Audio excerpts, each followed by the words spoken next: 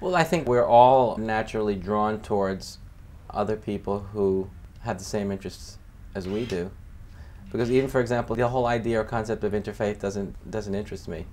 Because the dialogue between Buddhists and Christians or Jews and Buddhists, I think in a relative sense, you know, it's important that we all learn to get along together and are willing to listen to each other and recognize that we each have different points of view and the different points of view, you know, are valid. But personally, where my own interest and passion has to do with creating the future together with other people, and that's based on an interest in creating something really that hasn't really ever happened before. So personally, and this has to do with my personal passion, I'm not interested in preserving anything that's already happened. I'm more interested in creating something that has never happened that is unthinkably positive, wholesome, and good, because the world that we're living in is changing at a faster rate than it's ever changed before. The life conditions are changing at a faster rate than it's ever changed before. The rate of change itself is changing at a faster rate than it ever has before. And I think the place where most of the traditions are at, they're creaking slowly but surely, you know, into the 20th century, and I think barely able to meet the 21st century. I really wonder and question if they're in a position to be able to respond in a dynamic and confident and powerful way to the profound challenges and conflicts, you know, that we're facing as a race.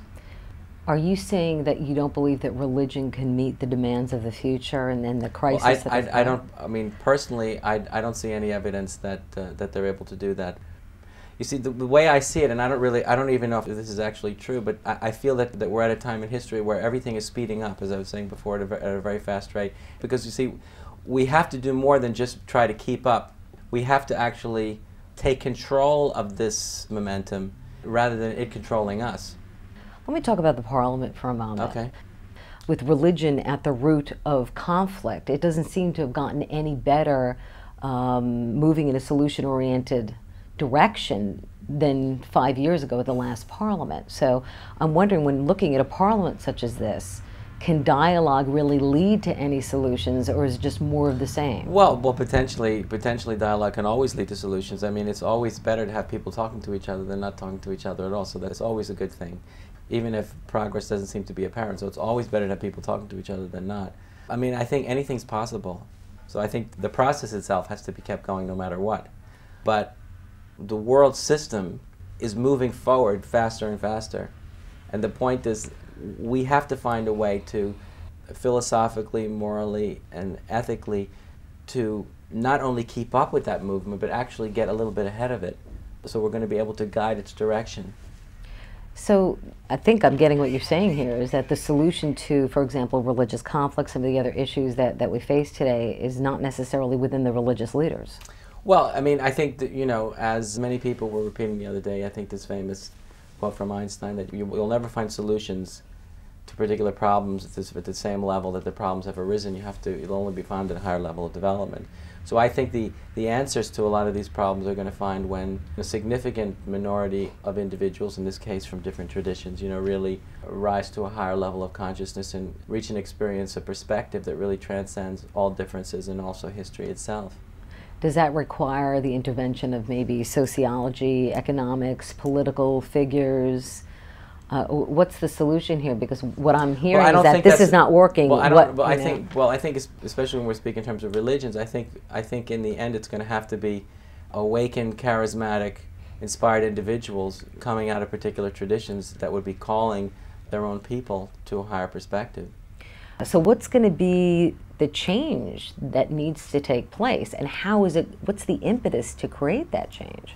Well, the impetus to create change always lies within, you know, extraordinary individuals. It's when extraordinary individuals awaken and move beyond rigid and fixed positions and embrace a higher and bigger and more inclusive perspective that change occurs. I mean, I don't ultimately think there's any other way.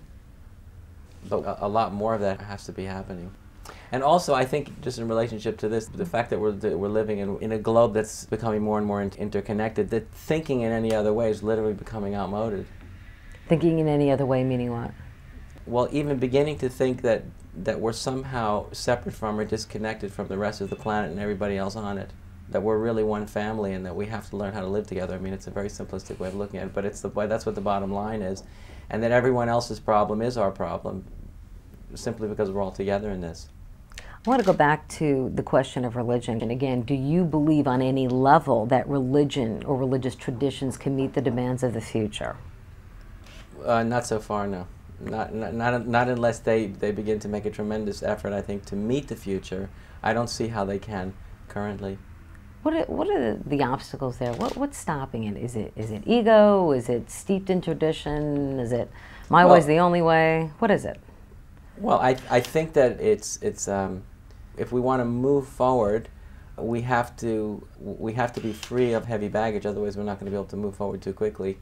And I think with many of the great traditions, there is such an identification with a mythological perspective that's based on events that happened a long time ago that really don't have any relevance anymore to the world that we're living in. And it's a sense that we need to constantly honor what has happened before. It creates a reluctance to want to move forward too quickly.